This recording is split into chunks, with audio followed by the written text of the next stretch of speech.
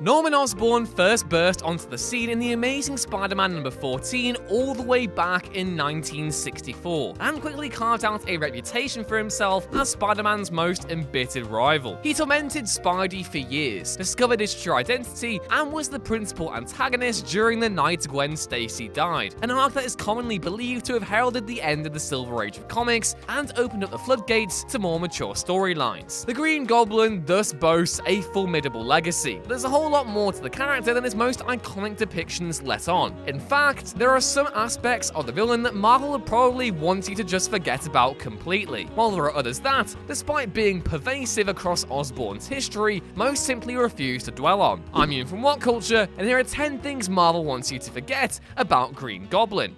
Number 10, he once went by the name of Super Adaptoid? Norman Osborn hasn't always been the Green Goblin. He's actually taken on a variety of different guises over the years, but perhaps the most weird came in Avengers Volume 4, number 23, where he was reimagined as the villainous Super Adaptoid. There's nothing wrong with Norman Osborn taking on different roles and identities. Arguably the most successful story to feature the character post-2000 saw him as an Avengers villain, but the Super Adaptoid name probably isn't one becoming of Osborn's stature. The Green Goblin denotes terror, suspense, and threat. Super Adaptoid, on the other hand, just intimates the opposite.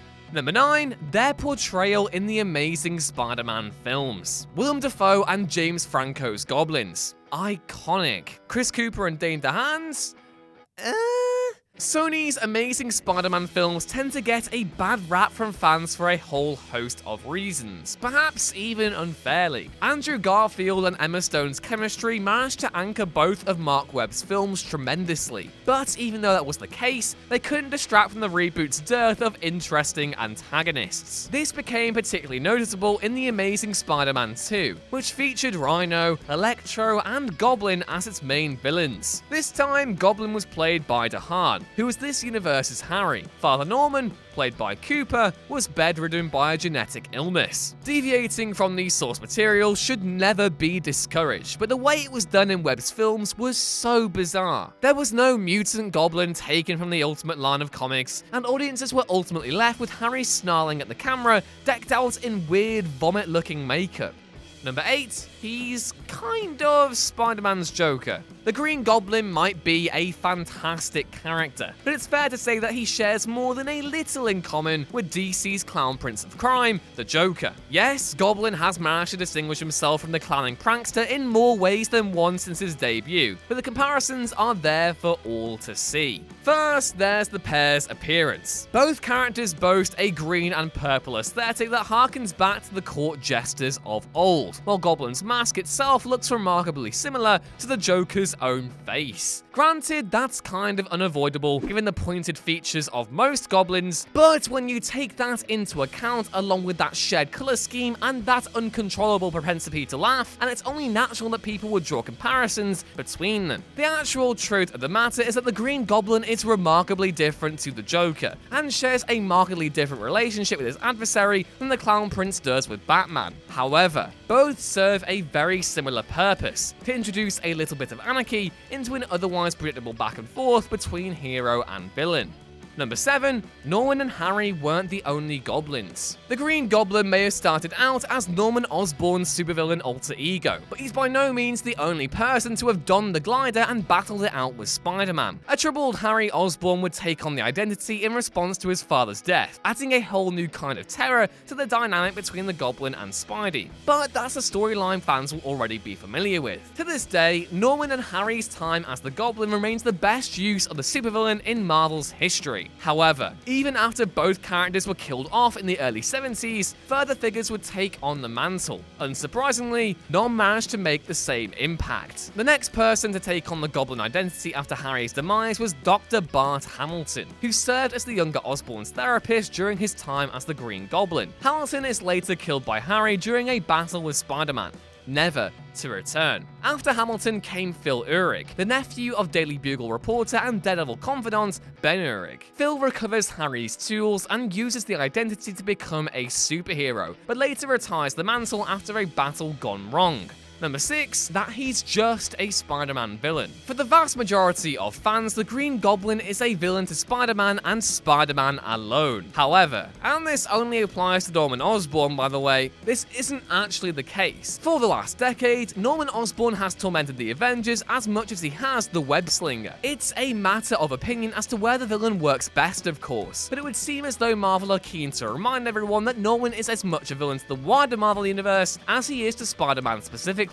That'll no doubt take some adjusting to from casual readers, but Osborn has been at the forefront of the Marvel universe for years now, even founding his own group of evil Avengers and ousting Tony Stark from S.H.I.E.L.D. at one point in time. Perhaps surprisingly, it's been rumored for a while now that Osborn will take a leading role in the Marvel Cinematic Universe's fourth phase as an overarching antagonist for both Spider-Man and the Avengers. Given the bulk of the character's most recent material has repositioned him to fill that role, it would seem as though Marvel want to erode the notion that the Goblin is a Spidey villain and a Spidey villain alone. Number 5, his original name. With Norman Osborn having taken on various different roles over the years, it should come as no surprise to learn that he hasn't always gone by the name of Green Goblin. In fact, Osborn has gone by several different supervillain identities over the years, with the aforementioned Super Adaptoid being just one. In the years since his resurrection, Osborn has gone by the name of Iron Patriot, during which time he possessed one of Iron Man's armors, the Goblin King, and even the Red Goblin. It is the last name that brought about the most dramatic change to Osborn's character, showcasing the longtime Spidey adversary bonding to the Carnage symbiote whilst retaining all the traits of his Goblin persona. Point being, Osborn hasn't been known as the Green Goblin for a long time now, and with him now incarcerated in Ravencroft, it could be longer still until he takes it up again. Number 4, his role in the Clone Saga. Jerry Conway and Gil Kane's The Night Gwen Stacy Died is one of the most important Spider-Man stories of all time, and it culminated in the death of Norman Osborn. He impales himself on his own glider when Spider-Man goes to confront him, and he managed to stay dead for a further 30 years. Norman had seemingly managed to book the most frustrating cliche of all, that of the forced resurrection. That was, sadly, until the 90s came around. The introduction of the Clone Saga caused several huge rifts in Spidey's life for the majority of the decade, with it first being revealed that Miles Warren had been cloning Peter and his closest companions, only for a further twist to come later down the line that unveiled Norman as the entire saga's key architect. What's worse, however, is that the story went even further than that. It was revealed that Norman had never passed away and had instead been manipulating Peter's life from behind the scenes for years before that point. It was silly, contrived, and exemplified the aimless nature of the Wallcrawler's books during that decade. Still, at least Scarlet Spider looked cool, I guess. Number 3, that Hobgoblin pretty much replaced him. And it worked. It could be argued that Spider-Man has way too many goblins. There are green ones, red ones, and, in the films, even new ones. But perhaps the most successful is that of the Hobgoblin, who was first introduced in 1983 by Roger Stern and John Romita Jr. He was first conceived as the Green Goblin's replacement by Stern, who was reluctant to reintroduce either Osborn into Spidey's books after their deaths in the previous decade. Romita Jr. then designed the character, and though it's fair to say that Green Goblin is certainly the more iconic foe, there's no denying just how menacing Hobgoblin looked when he first burst onto the scene. Come the 90s, Hobgoblin had cemented himself as one of the web-slinger's most formidable adversaries, even being voiced by Mark Hamill in the much-beloved 90s Spider-Man cartoon as Spidey's first villain. God bless Fox Kids.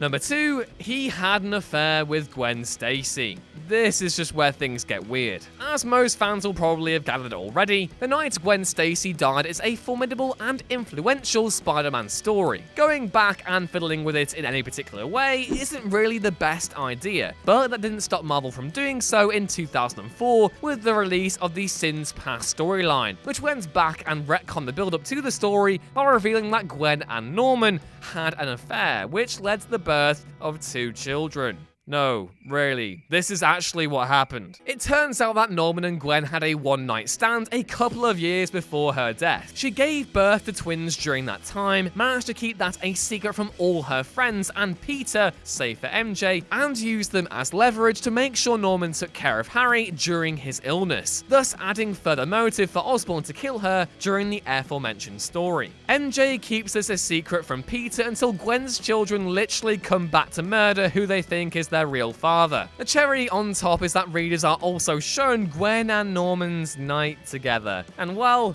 it's something not even an appropriate spot of funky jazz music could make pleasant.